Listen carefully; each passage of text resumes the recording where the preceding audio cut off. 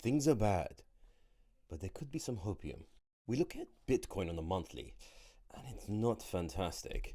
I mean, we're seeing a continuation of the downward trend, and the weekly close wasn't fantastic. We're seeing it just below that area of support. Now, this gives more confluence and understanding that this thing is most probably going to come down and possibly and more likely going to touch this area here that I've stated many, many moons ago. That runs around the 71,000 to 69,000 area. But there is also a possibility that this thing could wick down even more. But I think this area is coming to an area of confluence, especially with the 21-day movement of the monthly chart.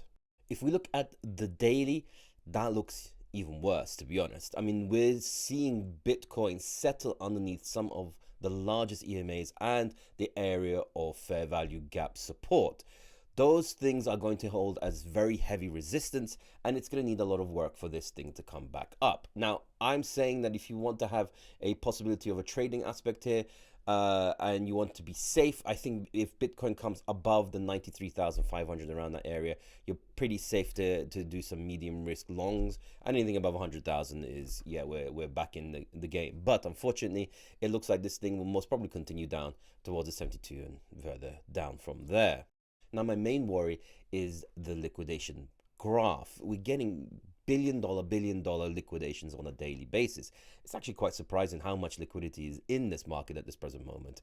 And the problem is that as this liquidity is drawn out of the market and the economy and the Bitcoin charts, it causes problems when things are running and pumping for spot traders to come in and hold those levels of support as it goes up. That's why you see these bits of pumps and dumps down, and the fact that the sentiment is so low down, manipulation is at a very high level. Now, we've gone to this stage in this bull market where on average a bull market lasts between 1,100 1,200 days. We're around the 800 days into this market. Now, if this is the end, it will be possibly one of the shortest and the worst bull runs in history. But I think that there is a little bit of a movement up left, and that level of hopium I'm going to give you in the next stages. Now, we need to understand that we have to slightly move away from Bitcoin, looking at Bitcoin and looking at the SPX, so the S&P 500. The correlation between the two is quite strong, and when the SPX runs, Bitcoin also runs, and then when the SPX pulls back, it goes in the other direction. Now, what's interesting is that on the Friday, we saw a recovery in the SPX and actually settle between the channel between the 200-day EMA and 200-day EMA. That usually means a further movement up. This movement that we're seeing right now is a key sign. That thing could mean that there could be a rally when the US market opens, the SPX starts trading. So we could see a bit of a relief rally. Now, this relief rally could turn into a further rally. There are three real possibilities of where this could go, but I would say that the key level, if you're going to be trading this, is that anything above the 6,000 is great. Anything below the 5,693 means a further move down towards the 5,400. But I would say if it gets down to here, we will see an extreme and aggressive pullback from that zone. Now, if we look at Bitcoin, the three type of moves that I could see happening.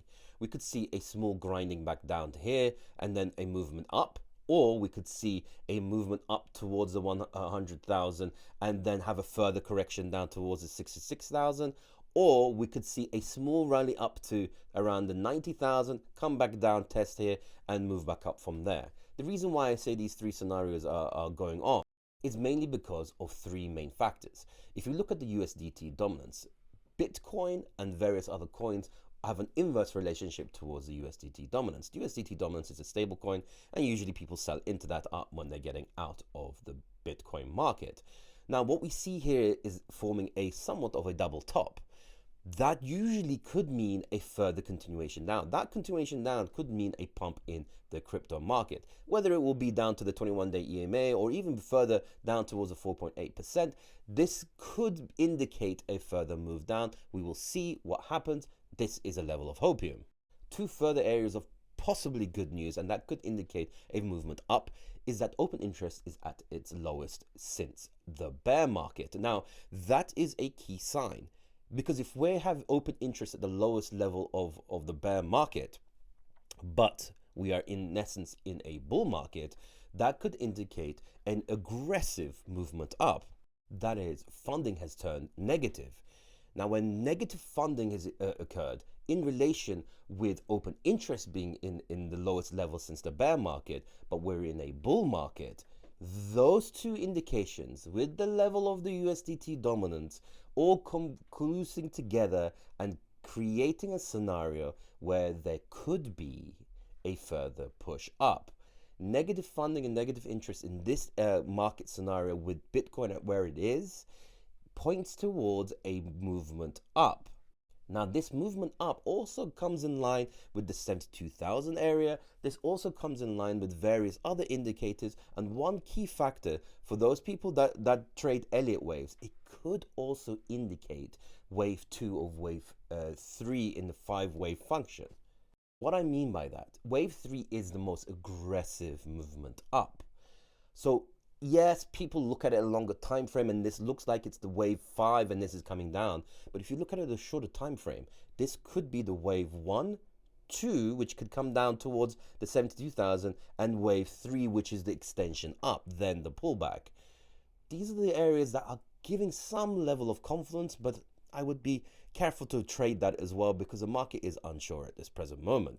So I would say in conclusion, the market looks a bit weak. It looks like it's trending towards the 72,000, 69,000, maybe a wick below that. But I believe that that area there will be extreme recovery.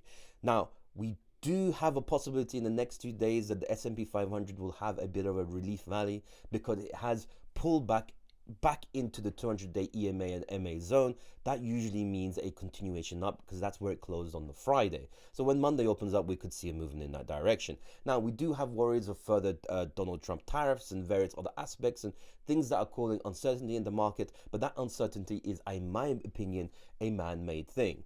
And once that is settled out and we see real understanding of where this data from the Fed, various aspects coming in, inflation, unemployment, all those kind of things that are going on, I think the moment we see a shifting of the Fed's policy, all of this thing is going to go crazy. Now, this month is going to be extremely interesting. It's going to be really strange, and it's going to be very hard to trade. So I would assure you to trade, follow this channel. Hey, it's criminal. They only have 53,000 followers, especially when I'm giving these type of information. So make sure you share, like, and tell people to get into this channel. Anyway, I'm Alvarez, a 7-figure investor. Like, follow, share, and I'll catch you guys later.